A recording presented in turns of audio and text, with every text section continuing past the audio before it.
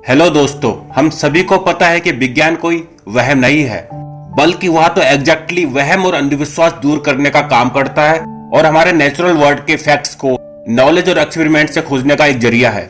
लेकिन इसी फैक्ट्स को खोजने के सफर में बहुत से महान साइंटिस्ट की अद्भुत मेहनत, सेक्रीफाइस और डेडिकेशन रही है।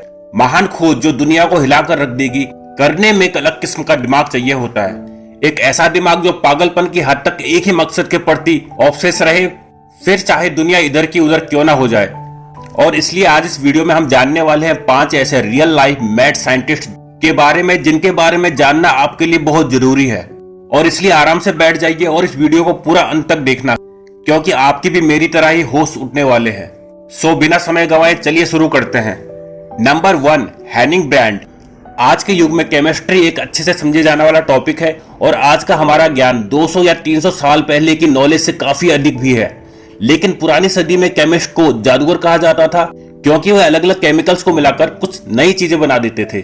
हैनिंग ब्रैंड एक जर्मन एल्केमिस्ट थे, जिन्हें सबसे बड़ा मैड साइंटिस्ट भी कहा जाता है। 1669 में सालों साल की मेहनत के बाद उन्हें पता नहीं कहां से यह सनक या यकीन हो गया कि कुछ चीजों को मिलाकर सोना यानी कि गोल्ड बनाया जा सकता है। क्योंकि उन्हें लगा कि यूरिन और सोने का रंग सेम है, तो उसका मानना था कि यूरिन में गोल्ड के अंश मिल सकते हैं। और इसलिए उन्होंने अपनी वाइफ को और उसके फ्रेंड्स के साथ लगभग 15,000 गैलन यानी करीब 5,700 लीटर यूरिन इकट्ठा किया और उसे उबालना शुरू कर दिया। उबालने के बाद लिक्विड इवेपोरेट होकर जो पाउडर बचा, तो उसमें अंधेरे में ग्लो होने की और एक्सप्लोर करने की प्रॉपर्टी आ गई। हैनिंग ब्रैंड को लगा कि उन्होंने एक फिलोसोफर स्टोन वाला सब्सटेंस डिस्कवर कर लिया है, जो एल्केमी के हिसाब से बेस मेटल को सोने में बदल सकता है और यहां तक कि लाइफ के एलिक्सिर के रूप में सारी बीमारियों को क्योर भी कर सकता है। उन्हें ऐसा लगा मानो इंसान इसका सेवन करके अमर या इमोर्टल बन सकता है।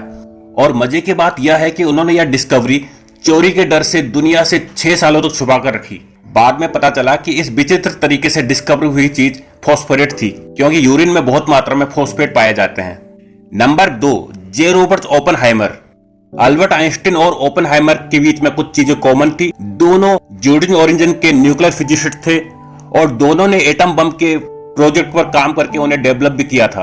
और डेवलप करने के बाद की तबाही को अंदाजा लगा के वे दोनों फिजिसिस्ट न्यूक्लियर वेपन के एकदम खिलाफ हो गए थे। जे रॉबर्ट ओपेनहाइमर जब छोटे थे तो उनके टीचर्स ने स्कूल में ही उनका टैलेंट पहचान लिया था।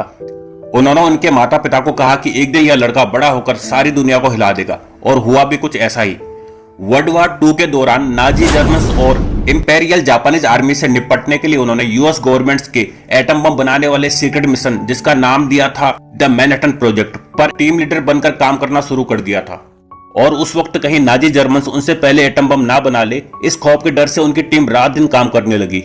जुलाई 16, 1945 को उनकी टीम और साइंटिस्ट और इंजीनियर्स ने ट्रिनिटी साइट्स, न्यू मैक्सिको में एटम बम का सक्सेसफुल एक्सप्लोजन किया। दूर से आसमान में 40,000 फुट के मशरूम क्लाउड को भयंकर लाइट और साउंड के उठते देखकर उन्होंने दुनिया की तबाही की कल्पना अंदर अंदर कर ली थी।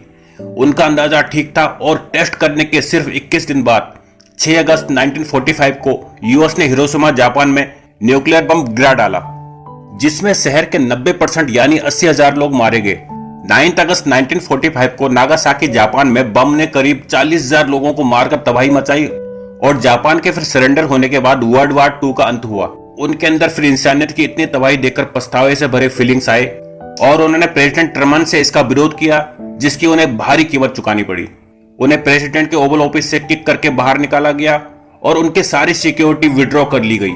फिर भी उनकी मौत तक न्यूक्लियर वेपन के खिलाफ उनका विरोध रहा और उन्हें आज भी the father of atom bomb कहा जाता है, सिर्फ उनके इस खोज को लेकर पागलपन की वजह से। Number 3, Nikola Tesla. आज के वर्ल्ड में मॉडर्न टेक्नोलॉजी से जो भी प्रैक्टिकल डिस्कवरीज हुई है, जिसे हम हमारे डेली लाइफ में यूज करते हैं, उसका बड़ा श्रेय सर्बियन अमेरिकन इंजीनियर, फिजिसिस्ट और फ्यूचरिस्टिक निकोला टेस्ला को जाता है।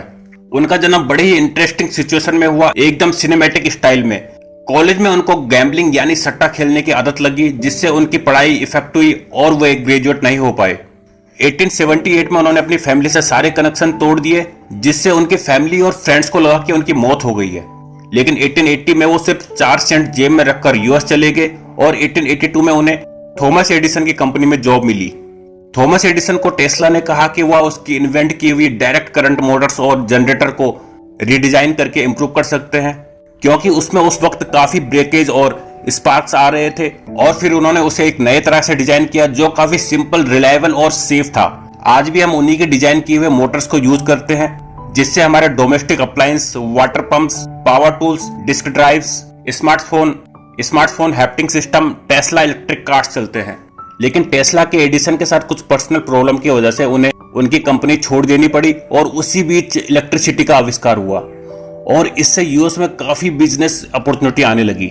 निकोला टेस्ला ने एडिसन के डायरेक्ट करंट टेक्नोलॉजी की जगह रिसर्च करना शुरू किया और कमर तोड़ मेहनत और डेडिकेशन के बाद उन्होंने एक न्यू करंट टेक्नोलॉजी जिसे अल्टरनेटिंग करंट यानी एसी टेक्नोलॉजी की डिस्कवरी की। आज भी टेस्ला के डिजाइन किए हुए AC Motors, generators, power transmission और 25 पेटेंट्स हैं। एक ऐसा इंसान जो कभी यूएस सिर्फ 4 सेंट लेकर गया था। जब थॉमस एडिसन ने उनके एसी करंट्स को अपने डीसी करंट से ज्यादा डेंजरस बताने की अफवाह फैलाई तो पागलपन के जोश में टेस्ला ने एक बेहद खतरनाक एक्सपेरिमेंट अपनी जान की बाजी लगाकर किया। उन्होंने एसी करंट को अपनी बॉडी से फ्लो होने दिया और लैंप को जलाकर उस करंट को बिल्कुल सेफ और सक्सेसफुली बताया। कहा जाता है कि निकोला टेस्ला को एक तरह से ऑब्सेसिव कंपल्सिव डिसऑर्डर थी और इसमें उन्हें बेसिकली कीटाणुओं से बहुत डर लगता था। बट फिर भी इस मेहनती और पागलपन से भरे हुए साइंटिस्ट ने 3 phase power transmission system, induction coil, rotating magnetic field और अन्य इन्वेंशन के अलावा करीब 26 कंट्रीज में लगभग 278 पेटेंट्स हासिल किए। Number 4, Jack persons. Friends, 1920s या 1930s में अगर कोई कहता कि वो रॉकेट साइंटिस्ट है तो सारे लोग उसका मजाक उड़ा देते थे। कोई भी यूनिवर्सिटी में रॉकेट साइंस पढ़ाया नहीं जाता था और लोगों को स्पेस में जाना एक साइंस फिक्शन लगता था। लेकिन जैक पर्सन्स की अद्भुत अचीवमेंट ने रॉकेट साइंस जैसे विषय को ही इन्वेंट कर लिया। उन्होंने डिफरेंट केमिकल्स को मिलाकर रॉकेट्स, फ्यूल और जेट इंजन्स को परफेक्ट बनाया, जिससे स्पेस और मून का एक्सप्लोरेशन संभव हो सका। अपने 4 साथियों के साथ वो बहुत ही खतरनाक और एक्सप्लोसिव एक्सपेरिमेंट करते थे और इसलिए लोग उन्हें द सुसाइड स्क्वाड के नाम से जानते थे। लेकिन इस साइंटिस्ट की सनक ये भी थी कि वो ब्लैक मैजिक और ओकल्ट यानी भूत पिशाच और अदृश्य शक्तियों पर बहुत ज्यादा बिलीव करते थे और अपने आप को एंटी क्राइस्ट बताते थे। और 17 जून 1952 को मैच 37 ईयर की एज में एक धमाके के दौरान, जिसको दुनिया मैड साइंटिस्ट कहती थी, उसकी मौत हो गई। जैसे कि उनकी जिंदगी एक सनकी और एक रहस्यमयी थी, उनकी मौत ने भी पूरे यूएस में सबके कान खड़े कर दिए। कोई उनकी मौत को एक्सीडेंट कहता था तो कोई सुसाइड या मर्डर और कुछ लोग तो यह भी मानते थे कि कोई ब्लैक मैजिक विधि बैकफायर हो गई और एक्सप्लोजन होने के बाद उनकी मौत हो गई। लेकिन यह बात तो निश्चित है कि सनकी पर्सन्स के अचीवमेंट और उनकी लाइफ एक किस्म के पागलपन पर आधारित थी। Number 5, Albert Einstein. सरप्राइजिंगली दुनिया के सबसे पागल और महान साइंटिस्ट में अल्बर्ट आइंस्टीन का नाम भी आता है। वे बचपन से ही क्यूरियोसिटी यानी जिज्ञासा से भरे हुए थे और हमेशा टीचर्स को क्वेश्चन करते रहते थे, वह सवाल जो भी उन्हें अटपटा सा लगता, और इसलिए उनके स्कूल टीचर उन्हें डम्ब यानी बेवकूफ कहते थे। यहाँ तक कि एक बार प्रिंसिपल ने उनके माता पिता को बुलाकर उन्हें स्कूल से ही निकाल दिया था। दोस्तों, उनकी बातें शुरू से ही अपने समय से बहुत आगे की होती थी और अपनी मेहनत और लगन से उन्होंने जो स्पेशल और जनरल थ्योरी ऑफ रिलेटिविटी में हमारे स्पेस टाइम, ग्रेविटी और यूनिवर्स के बारे में जो भविष्यवाणी की, वो भी उस समय के हिसाब से काफी आगे की थी और इसलिए दूसरे वैज्ञानिक, इवन निकोला टेस्ला ने उन्हें पागलपन कहकर नकार दिया था। बट एक एक करके इस पागल जीनियस की हर एक भविष्यवाणी सच हुई और हाल में ही जो 2 नए ब्लैक होल्स की तस्वीर हमने देखी, इसे आइंस्टीन ने सैकड़ों दशक पहले ही प्रेडिक्ट कर लिया था।